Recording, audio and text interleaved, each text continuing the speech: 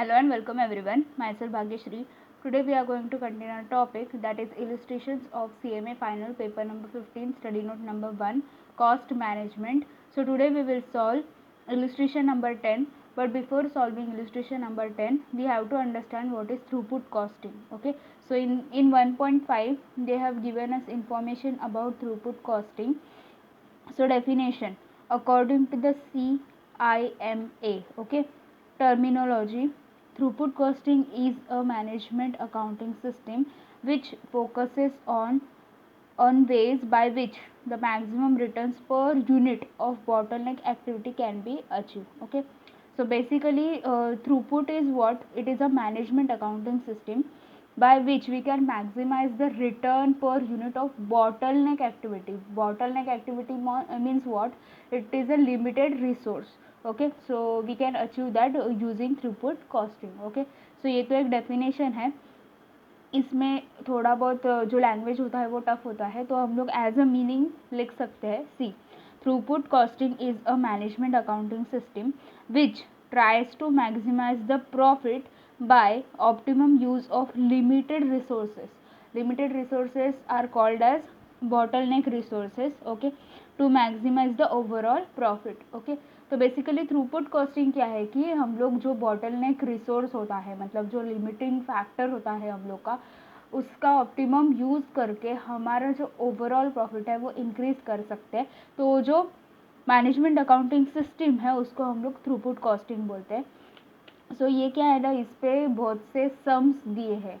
हमारा जो बुक है उसमें बहुत सारे सम्स दिए, तो इसका थियरी आने का चांसेस वैसे तो कम है, लेकिन सम समझ में आने के लिए एटलीस्ट मीनिंग समझ में होना चाहिए, तो इसके लिए मैंने ये लिखा है. Okay, so we have to understand the meaning so that we'll be able to solve the question. So here we are understanding the meaning of throughput costing. Okay, after understanding this definition and meaning, we have to remember some points.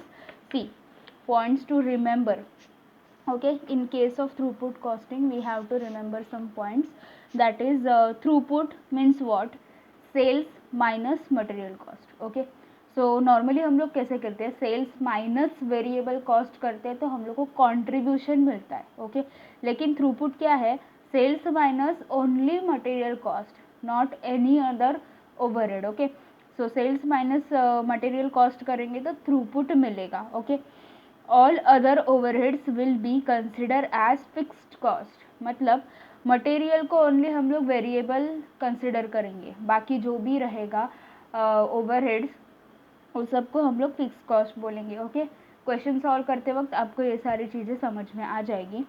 Throughput is a short term approach useful for decision making process. Okay, obviously अगर दो product है हमारे पास A and B, तो उसमें कौन सा beneficial है long term में, या फिर डिसीजन लेना है हम लोग को कि कौन सा हम लोग को प्रोड्यूस करना चाहिए, कौन सा नहीं करना चाहिए. सो वो जो डिसीजन मेकिंग प्रोसेस है उसमें थ्रूपुट हम लोग को हेल्प करता है. Okay, so throughput is a short term approach useful for decision making, so that we'll be able to understand that which product is beneficial for the company. Okay, so these points we have to remember in case of throughput. Okay, now we'll go directly to the question number 10. Okay, so first of all we'll read the question. See, illustration number 10. Modern company produces 3 products A, B, C, details of which are shown below. Okay, so 3 products are there in modern company. So A, B, C, selling price per unit, direct material cost per unit. Okay, so after that variable overheads, then maximum demand in units. Okay, so ए का इतना demand रहेगा, B का इतना, सी का इतना. Okay, so market में जो demand है ए बी सी ये जो प्रोडक्ट्स हैं उनके लिए, सो उनका हम लोग को डिमांड दिया है, मैक्सिमम इतना डिमांड हो सकता है. Time required on bottleneck resource hours per unit. Okay, so time कितना रिक्वायर है बॉटलनेक रिसोर्स, मतलब क्या कि लिमिटिंग फैक्टर क्या है. हम लोग ने डिसीजन मेकिंग के जो क्वेश्चन है उसमें ये पार्ट देखा है कि लिमिटिंग फैक्टर होता है तो हम लोग उसका contribution per unit find out करते हैं, और हम लोग को समझता है कि हम लोग रैंकिंग करते हैं कि कौन सा ज़्यादा बेनिफिशियल है, फर्स्ट, उसके बाद सेकंड कौन सा, थर्ड कौन सा, लाइक दैट इधर भी करना है. उधर कंट्रीब्यूशन पर यूनिट करते थे, इधर थ्रूपुट फाइंड आउट करना है. Okay, So this type of question we have already solved in decision making questions. Okay, so in that question there was a limiting factor. Okay, so we were finding contribution per unit in that case, but now we will find out throughput. It's very simple question and easy to understand the concept of throughput. So here time required on bottleneck resource, that is hours per unit. Basically this is the time to produce 1 unit. Okay, hours per unit, it means to produce 1 unit we require 5 hours for A, like that 4 hours for B and 3 hours for C. Okay, एक unit produce करने के लिए ए के case में 5 hours लगता है, B के case में 4 आवर्स लगता है, सी के केस में 3 आवर्स लगता है. बेसिकली एक यूनिट का ये जो टाइम है वो दिया है. Okay, there are 3,20,000 bottleneck hours available each month. Okay, so जो आवर्स है वो हम लोग को लिमिटिंग फैक्टर यानी कि बॉटलनेक रिसोर्स दिया है. ओके, सो 3,20,000 टोटल आवर्स हमारे पास है पूरे मंथ में, उसमें ही हम लोग को जो प्रोडक्शन है वो कंप्लीट करना है. Okay, so let's start. First of all normally हम लोग क्या करते थे, सेल्स माइनस वेरिएबल कॉस्ट करके कंट्रीब्यूशन फाइंड आउट करते थे, राइट. लेकिन ये थ्रूपुट का क्वेश्चन है तो इसमें sales minus direct material cost करना है बस, क्योंकि थ्रूपुट में हम लोग वेरिएबल ओवरहेड वो सब को फिक्स मानते हैं. सो इधर हम लोग को क्या कंसिडर करना है, sales and direct material cost. Okay, so we have to concentrate on sales and direct material cost. Okay, we will ignore this variable overhead and all. Okay, so because we want throughput, so here A, B, C, first of all selling price per unit and direct material which is given in the question. Okay, so selling price is for A 120, for B 110 and for C 130. Okay, after that material cost per unit it is 60. Okay, we have to deduct because throughput means what, sale minus material cost. Okay, so sales minus material cost, so minus. After that for B it is 70 and for C it is 85. Okay, so 120 minus 60, so throughput per unit it is rupees 60. Okay, throughput per unit it is 60 because sales minus material cost करेंगे तो throughput मिलता है, तो इधर वही कर रहे हैं, सेल्स माइनस मटेरियल कॉस्ट, तो हम लोग को थ्रूपुट मिल रहा है. After that 110 minus 70 it is 40. After that 130 minus 85 it is 45. So here we got throughput per unit. Okay, here we got throughput per unit. After that time required on bottleneck resource, hours per unit, hours per unit which is given in the question. See, produce 1 unit of A we require 5 hours, like that for B and C is given. So here 5, here 4 and here 3. Okay, so now throughput per unit is 60. Okay, time required to produce 1 unit is 5. Okay, so simply we will divide this 60 by this 5. So 60 divided by 5 करेंगे तो हम लोग को मिलेगा return पर factory are, because जो data दिया है वो टोटल प्रोडक्शन के लिए, मतलब फैक्ट्री में कितना आवर्स अवेलेबल है वो दिया है, दैट इज़ 3,20,000, राइट. ओके, तो हम लोग को क्या मिलेगा, रिटर्न पर factory hour. Okay, so throughput is the is rupees 60 and divide by time required on bottleneck resource, that is hours per unit, that is 5. So 60 divided by 5, 60 divided by 5 करेंगे तो कितना मिलेगा, ₹12. ओके, सो पर are में सी return पर factory are, पर are का return कितना हो गया 12. वैसे ही इधर 40 डिवाइड बाय 4 करेंगे तो 10 मिलेगा. उसके बाद इधर 45 डिवाइड बाय 3 करेंगे तो ₹15 मिलेगा, ₹15 मिलेगा. Okay, so now we have to go for ranking. So ज़्यादा से ज़्यादा रिटर्न्स किसका है उसका रैंकिंग फर्स्ट हो जाएगा. Okay, because highest the more the return that will be beneficial for the company. Okay, so जितना ज़्यादा रिटर्न मिलेगा उतना बेनिफिशियल रहेगा कंपनी के लिए. सो इसका ज़्यादा है सी का, so this is the first rank. Okay, after that 12 12 will be consider as a second rank and this is the third rank because इसका सबसे कम है. Okay, so here we have completed ranking.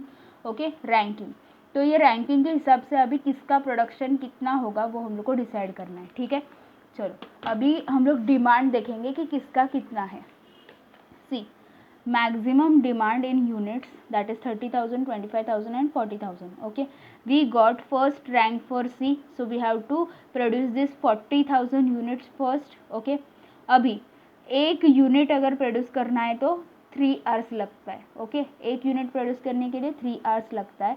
तो 40,000 units के लिए कितना? सी, एक के लिए 3 आवर्स, तो 40,000 के लिए कितना? So 40,000 multiplied by 3 hours. Okay, so इधर हम लोग को क्या चाहिए? Hours use for C.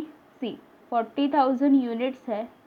Okay, produce करना है हम लोग को क्योंकि उतना डिमांड है. Okay, 40,000 units multiplied by 3 hours, multiplied by 3 hours because एक यूनिट प्रोड्यूस करने के लिए 3 आवर लगता है. तो 40 यूनिट्स का कितना? 40,000 यूनिट्स का कितना? Okay, so 40,000 multiplied by 3 hours. We will calculate this 1,20,000 hours. 1,20,000 hours. ठीक है, 1,20,000 hours. After that second rank is for A. Okay, second rank is for A. C, A's demand is 30,000 units and time required to produce A is 5 hours. So 30,000 units multiplied by 5 hours, 1,50,000 hours. 1,50,000 hours. Okay, now see, here we have used all the information except this. Okay, so total available hours, that is 3,20,000. total hours कितना है हमारे पास? total available hours 3,20,000 hours. Okay, सो 3,20,000 hours total है. उसमें से 1,20,000 हम लोग का सी produce करने के लिए जाएगा और ए प्रोड्यूस करने के लिए जाएगा 1,50,000 hours. So simply will minus this. See हमारे पास क्या है ना कि 3,20,000 टाइम अवेलेबल है, उसमें से 1,20,000 जाएगा सी के लिए और 1,50,000 जाएगा ए के लिए. तो बचा कितना वो चेक करना है, balance. So 3,20,000 minus 1,20,000 minus 1,50,000, it is 50,000. So 50 C balance hours available for B. Okay, because C का और ए का तो हो गया, अभी बचा कौन है? बी. तो उसके लिए बैलेंस आवर्स कितना है? 50,000 hours. Okay, 50,000 hours. After that number of units can be produced of B using the balance hours. Okay, so balance hours हम लोग का कितना है? 50,000. Okay, 50,000 hours जस्ट हम लोग ने फाइंड आउट किया. डिवाइडेड बाय सी, हम लोग को कितना टाइम लगता है एक यूनिट बनाने के लिए? सी, एक यूनिट बनाने के लिए 4 आवर्स लगता है. ओके, सो 1 यूनिट प्रिपेयर करने के लिए 4 आवर्स लगता है और हमारे पास कितना है अभी? 50,000 आवर्स. तो हम लोग के कितने यूनिट्स बनेंगे? सिंपली क्रॉस मल्टीप्लाई करेंगे, यानी कि 50,000 multiplied by 1 divide by 4. So 50,000 multiplied by 1 करेंगे तो 50,000 आएगा, divide by 4. So divide by 4 hours. Okay, तो हम लोग को समझेगा कितना लगेगा? 50,000 डिवाइड बाय 4, सो 12,500 यूनिट्स, क्योंकि आवर्स पर यूनिट है. ओके, आवर्स पर यूनिट है. सो 12,500 यूनिट्स. ओके, सो फाइनली हम लोग को क्या दिखाना है इधर? ऑप्टिमम प्रोडक्ट मिक्स, क्योंकि क्वेश्चन में हम लोग को वही पूछा है कि calculate the optimum product mix based on the throughput concept. Right, तो थ्रूपुट कॉन्सेप्ट बोला था, इसके लिए हम लोग ने सेलिंग माइनस मटेरियल कॉस्ट किया. ठीक है, सो फाइनली हम लोग को अभी ऑप्टिमम प्रोडक्ट मिक्स मिलेगा.